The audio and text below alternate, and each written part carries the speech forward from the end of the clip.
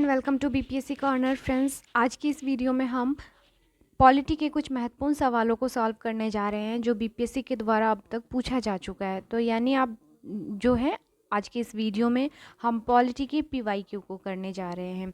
तो फ्रेंड्स शुरू करते हैं आज का इम्पोर्टेंट वीडियो और देखते हैं आज के महत्वपूर्ण सवालों को। आपका एग्ज़ाम जो है आयोग के द्वारा जो कंफर्म कराया जा रहा है कि आपका ले लिया जाएगा एग्ज़ाम, तो प्लीज़ आप अभी से फिर से थोड़ा सीरियस होकर पढ़ाई कर लीजिए ताकि अगर एग्ज़ाम अपने ऑन टाइम पे हो तो आपको कोई भी कठिनाई का सामना ना करना पड़े। बहुत सारा समय मिल गया आपको रिवीजन के लिए। तो फ्रेंड्स चलिए इसी होप के साथ शुरू करते हैं कि आपका एग्ज़ाम जो है काफ़ी अच्छा जाए और शुरू करते हैं आज का इम्पोर्टेंट वीडियो। आज का हमारा पहला सवाल है, संविधान को 26 जनवरी के दिन लागू करने का निर्णय इसलिए लिया गया क्योंकि क्या हो सकता है कारण? कांग्रेस ने इस तिथि को 1930 में स्वतंत्रता दिवस के रूप में मनाया था। यह इस तिथि को 1942 में भारत छोड़ो आंदोलन प्रारंभ किया गया था। यह एक शुभ दिन था। यह उपयुक्त में से कोई नहीं, उपयुक्त में से एक से अधिक, जो आपको अक्सर 5 ऑप्शंस दिखाई देते हैं। तो चलिए इसका राइट आंसर देख लेते हैं क्या होगा। तो फ्रेंड्स आपको पता होगा जो भारतीय राष्ट्रीय कांग्रेस के लाहौर अधिवेशन यानी 1929 दिसंबर में पूर्ण स्वराज की घोषणा की गई थी तथा 26 जनवरी 1930 को स्वतंत्रता दिवस के रूप में मनाए जाने का संकल्प पंडित जवाहरलाल नेहरू के द्वारा जो है लिया गया था। तो इसका राइट आंसर क्या हो जाएगा? ऑप्शन ए हो जाएगा। चलिए अब नेक्स्ट देख लेते हैं हम अगले सवाल को। हमारा अगला सवाल है, भारतीय संविधान में शामिल है। तो इसका राइट आंसर क्या हो जाएगा फ्रेंड्स? ऑप्शन ए हो जाएगा। जो हमारे भारत का संविधान है इसमें लगभग 395 अनुच्छेद, 22 भाग एवं 12 सूचियां हैं। बहुत इंपॉर्टेंट क्वेश्चन है। देखिए 53वीं से 55वीं बीपीएससी प्री में पूछा गया था। तो प्लीज़ आप इन सभी क्वेश्चंस को एकदम रट लीजिए क्योंकि क्वेश्चंस जो हैं यहीं से पूछे जाएंगे और घुमा फिरा कर यही सब क्वेश्चंस पूछे ही जाते हैं। इसलिए ये जो है आपका घटना चक्र पूर्वावलोकन से लिया गया है, इसलिए बिल्कुल ऑथेंटिक क्वेश्चंस है। आप अच्छे से इसको रीड कर सकते हैं रिवीजन के तौर पर, ताकि जो है एग्ज़ाम में आपसे पूछे ऐसे क्वेश्चंस तो आपसे बिल्कुल अच्छे से बन पाए। तो याद रखिएगा फ्रेंड्स, भारत के संविधान में लगभग 450 से जो है अधिक अनुच्छेद हैं, परंतु यह सभी मूल अनुच्छेदों के साथ जो है उपखंड के साथ जुड़े हुए हैं, जैसे कि क, ख, ग इस रूप में जुड़े हुए हैं। तो याद रखना है आपको 395 अनुच्छेद, 22 भाग और 12 सूचियां हैं। चलिए अब नेक्स्ट देख लेते हैं हम अगले सवाल को। अगला सवाल है आपका, मिलान करना है। एक तरफ आपको संघीय सूची, राज्य सूची और समवर्ती सूची दी गई हैं, वहीं दूसरी ओर प्रविष्टियाँ दी गई हैं कि कितनी कितने में शामिल थी। तो फ्रेंड्स अगर इसका राइट आंसर की बात करें हम तो आपको जो इसका राइट आंसर हो जाएगा फ्रेंड्स, यह हो जाएगा आपका जो संघीय सूची है इसमें 97 प्रविष्टियाँ हैं। अगर बात करें राज्य सूची की तो इसमें 66 प्रविष्टियाँ हैं और समवर्ती सूची में कुल 47 हैं। तो इस प्रकार से आपका राइट आंसर क्या हो जाएगा? ऑप्शन क्या हो जाएगा? बी इसका राइट आंसर हो जाएगा, याद रखिएगा। चलिए आगे देखते हैं हम अगले सवाल को। अगला सवाल काफ़ी इम्पोर्टेंट है। निम्न शब्दों पर आपको विचार करना है, समाजवादी, प्रजातांत्रिक, सार्वभौमिक एवं धर्मनिरपेक्ष। आपको बताना है सही शब्दों को विचार अनुसार क्रम दीजिए। तो जब आप इसे क्रम देंगे फ्रेंड्स तो आपको पता होगा जो भारतीय संविधान की प्रस्तावना में भारत को क्या कहा गया है? पहले एक सार्वभौम, समाजवादी, धर्मनिरपेक्ष, प्रजातांत्रिक गणराज्य के रूप में जो है गणतंत्र के रूप में जो है घोषित किया गया है। तो इसका राइट आंसर क्या हो जाएगा? ऑप्शन सी हो जाएगा। ऑप्शन सी हो जाएगा, याद रखिएगा।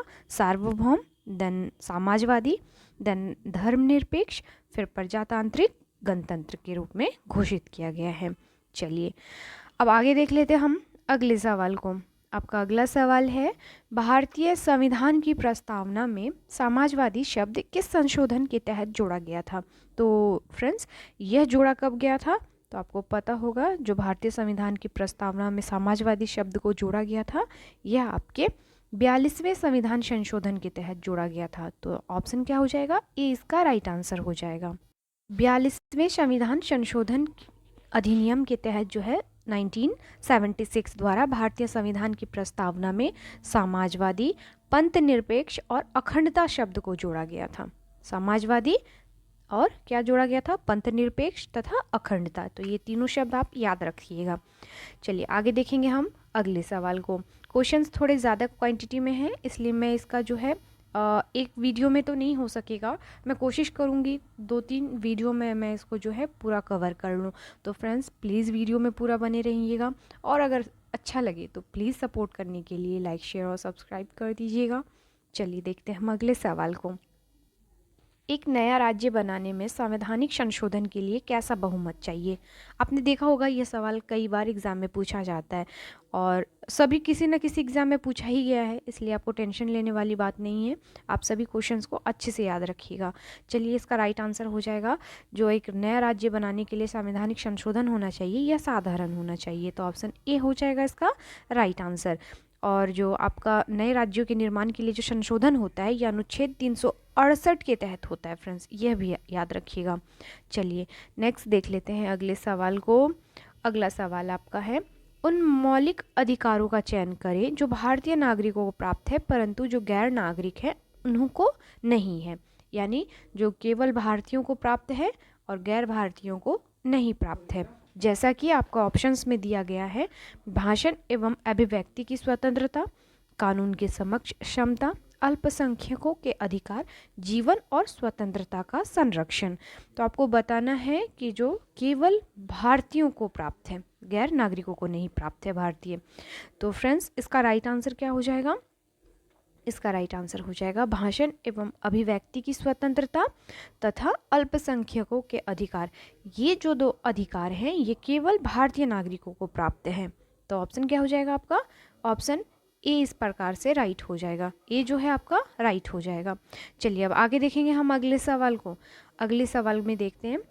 अगला सवाल कह रहा है आपसे कि उच्चतम न्यायालय की व्यवस्था अनुसार निजी भवनों के ऊपर राष्ट्रीय झंडे को फहराना डैश के तहत हर नागरिक का मौलिक अधिकार है। आपको ऑप्शंस दिए गए हैं। संविधान का अनुच्छेद 14 के अंतर्गत जो है मौलिक अधिकार है, संविधान के अनुच्छेद 19(1)(a) के अंतर्गत यह मौलिक अधिकार है, या अनुच्छेद 21 के तहत या अनुच्छेद 25 के तहत।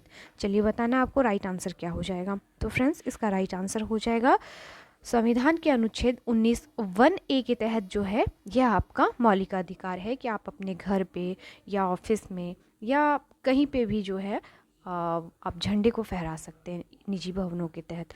तो यह आपका क्या है? मौलिक अधिकार है। तो याद रखिएगा ऑप्शन बी इसका राइट आंसर हो जाएगा। चलिए अब देखेंगे हम नेक्स्ट सवाल को। नेक्स्ट सवाल में है आपका, भारतीय संविधान में संशोधन करके शिक्षा का अधिकार कब जोड़ा गया? तो यह जोड़ा गया था 1 अप्रैल सन 2010 को। तो ऑप्शन क्या हो जाएगा? ए हो जाएगा।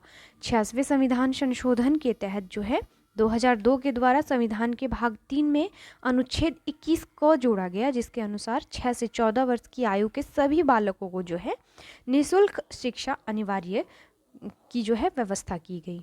तो याद रखिएगा फ्रेंड्स, 86वें संविधान संशोधन 2002 के तहत यह जो है अधिनियम को जोड़ा गया था, और यह लागू कब हुआ था? तो 1 अप्रैल 2010 से। तो ऑप्शन क्या हो जाएगा? ए हो जाएगा इसका राइट आंसर। चलिए आगे देख लेते हैं अगले सवाल को। नेक्स्ट है आपका, निम्न में कौन सा एक मानव अधिकार भारतीय संविधान के अंतर्गत मौलिक अधिकार भी है? चलिए बताइए इसका राइट आंसर क्या हो जाएगा। तो फ्रेंड्स आई होप कि इसका आंसर 2 होना चाहिए, यानी उपयुक्त में से एक से अधिक। अगर ई वाला ऑप्शन होता है इसमें उपयुक्त में से एक से अधिक, तो आपका राइट हो जाता।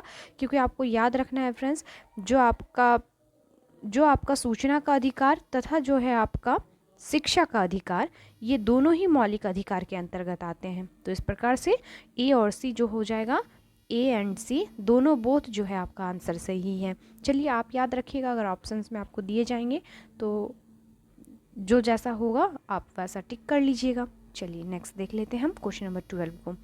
12 में है आपका, भारतीय संविधान के भाग 4 में दिए गए निर्देशित सिद्धांतों में निम्न में कौन सा या से सूचीबद्ध है? सामान्य कार्य के लिए समान वेतन, सामान्य नागरिक संहिता, छोटे परिवार का मानदंड, प्राथमिक स्तर पर मातृभाषा में शिक्षा।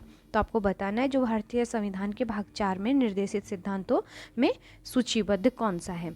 तो फ्रेंड्स इसका राइट आंसर हो जाएगा आपका सामान्य कार्य के लिए समान वेतन तथा समान नागरिक संहिता। तो क्या हो जाएगा? ऑप्शन बी हो जाएगा इसका राइट आंसर। याद रखिएगा ऑप्शन बी हो जाएगा। जो भारत का संविधान है इसके अंतर्गत भाग 4 में दिए गए निर्देशित सिद्धांतों में अनुच्छेद 39 घ में जो है सामान्य कार्य के लिए सामान्य वेतन, और अनुच्छेद 44 में जो है आपका सामान्य नागरिक संहिता को सूचीबद्ध किया गया है। तो इस प्रकार से ऑप्शन क्या हो जाएगा आपका? बी हो जाएगा इसका राइट आंसर। चलिए नेक्स्ट देख लेते हैं अगले सवाल को। भारत के संविधान में मौलिक कर्तव्य किस संविधान संशोधन के द्वारा जोड़ा गया? तो फ्रेंड्स यह जोड़ा गया था 42वें संविधान संशोधन के तहत। भारत के नागरिकों में के जो है मूल कर्तव्य का विवरण संविधान के भाग 4 क में अनुच्छेद 51 क के तहत जो है दिया गया था, और इसे 42वें संविधान संशोधन 1976 के द्वारा जो है संविधान में जोड़ा गया था। अगला सवाल है हमारा, भारत का राष्ट्रपति कितनी बार पुनः चुनाव के लिए पात्र होता है? तो इसका राइट आंसर क्या हो जाएगा? ऑप्शन डी, कितनी भी बार, मतलब काउंटेबल नहीं है ये। कोई जो भारत के राष्ट्रपति होते हैं ये जितनी भी बार मन चाहे वो चुनाव के लिए पात्र हो सकते हैं। जान लेते हैं इसके बारे में कुछ। जो भारत का संविधान है अनुच्छेद 57 के तहत जो है राष्ट्रपति के पुनर्निर्वाचन के लिए यह जो है बताता है हमें, और इसके अनुसार कोई भी व्यक्ति जो राष्ट्रपति के रूप में पद धारण करता है या कर चुका है, इस संविधान के अन्य उपबंधों को अधीन रहते हुए उस पद के लिए जो है पुनः निर्वाचन का पात्र होता है। इस प्रकार से हम कह सकते हैं कि राष्ट्रपति कितनी भी बार चुनाव जो है लड़ सकता है या इसके लिए पात्र हो सकता है। तो ऑप्शन क्या हो जाएगा? डी हो जाएगा इसका राइट आंसर। चलिए अब आगे देख लेते हैं हम अगले सवाल को। क्वेश्चन नंबर 15 में है, भारत के राष्ट्रपति अपनी शक्तियों का प्रयोग करते हैं। जो ऑप्शंस आपको दिए गए हैं उसके अकॉर्डिंग आपका जो आंसर आ जाएगा सीधे अथवा अपने अधीनस्थ अधिकारियों के द्वारा। मोस्टली क्या होता है, अधीनस्थ अधिकारियों के द्वारा ही जो है अपनी शक्तियों का प्रयोग करते हैं राष्ट्रपति जी। तो याद रखिएगा ऑप्शन ए हो जाएगा इसका राइट आंसर। जान लेते हैं फिर से इसके बारे में कुछ अच्छे से। तो भारत के संविधान के अनुसार भारत का एक राष्ट्रपति होता है, जो कि अनुच्छेद 52 में इसका विवरण दिया गया है, जिसमें संघ की जो कार्यपालिका शक्ति निहित होगी, और इसका प्रयोग इस संविधान अनुसार स्वयं या अपने अधीनस्थ अधिकारियों के द्वारा करेगा, और इसका विवरण अनुच्छेद 53(1) में किया गया है फ्रेंड्स। तो ये कुछ इंपॉर्टेंट फैक्ट है, आप याद रखिएगा। चलिए नेक्स्ट सवाल में देख लेते हैं। अगला सवाल है, यदि राष्ट्रपति एवं उपराष्ट्रपति का पद खाली हो तो भारत के राष्ट्रपति के पद पर कौन होता है? तो इस समय जो पदभार संभालते हैं भारत के मुख्य न्यायाधीश संभालते हैं। याद रखिएगा फ्रेंड्स, अनुच्छेद 65 के अनुसार जो है यदि मृत्यु, त्यागपत्र अथवा हटाए जाने की स्थिति में राष्ट्रपति का पद रिक्त हो तो पदभार का कार्य उपराष्ट्रपति संभालेगा। यदि किन्हीं कारणों से अगर उपराष्ट्रपति भी जो है उपलब्ध नहीं हो तो इस प्रकार से उस अवस्था में उच्चतम न्यायालय के मुख्य न्यायाधीश जो है उस पद को संभालेंगे। तो याद रखिएगा ऑप्शन बी हो जाएगा इसका राइट आंसर। नेक्स्ट सवाल को देख लेते हैं फ्रेंड्स। श्रीमती प्रतिभा पाटिल का भारतीय गणतंत्र के राष्ट्रपति के रूप में कौन सा क्रम था, आपको यह बताना है। तो याद रखिएगा इनका क्रम 12वां था। ऑप्शन सी हो जाएगा इसका राइट आंसर। नेक्स्ट सवाल को देख लेते हैं। अगले सवाल में, एक विधेयक जो संसद में प्रस्तुत किया जाता है कौन सी क्रिया के बाद अधिनियम बन जाता है?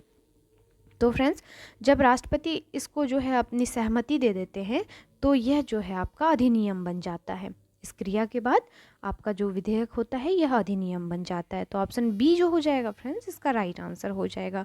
याद रखिएगा संविधान के अनुच्छेद 111 में विधेयकों पर राष्ट्रपति की अनुमति से संबंधित उपबंध है, और एक विधेयक जो संसद में प्रस्तुत किया जाता है वह अधिनियम तभी बन पाता है जब सदन के दोनों सदनों द्वारा पारित होने के बाद राष्ट्रपति उस पर जो है अपना सिग्नेचर या हस्ताक्षर कर देते हैं। तो ऑप्शन क्या हो जाएगा? बी हो जाएगा इसका राइट आंसर। चलिए नेक्स्ट देख लेते हैं अगले सवाल को। राष्ट्रीय सुरक्षा समिति का प्रधान कौन होता है, आपको इसका राइट आंसर बताना है। तो राष्ट्रीय सुरक्षा समिति के जो प्रधान होते हैं यह प्रधानमंत्री होते हैं। तो ऑप्शन क्या हो जाएगा? बी हो जाएगा इसका राइट आंसर। तो फ्रेंड्स, आज की इस वीडियो में मैं बस इतने ही क्वेश्चंस को कर पाऊँगी। मिलते हैं इसके नेक्स्ट वीडियो में, और जो भी इंपॉर्टेंट सवाल है मैं सभी को करवाऊँगी। इसलिए प्लीज़ वीडियो को आप जो है मेरे चैनल को सब्सक्राइब कर लीजिए, ताकि जब भी वीडियो का नोटिफिकेशन मैं वीडियो अपलोड करूँ आप तक नोटिफिकेशन जो है टाइम टू टाइम मिलता रहे। तो चलिए मिलते हैं नेक्स्ट वीडियो में, तब तक के लिए थैंक यू।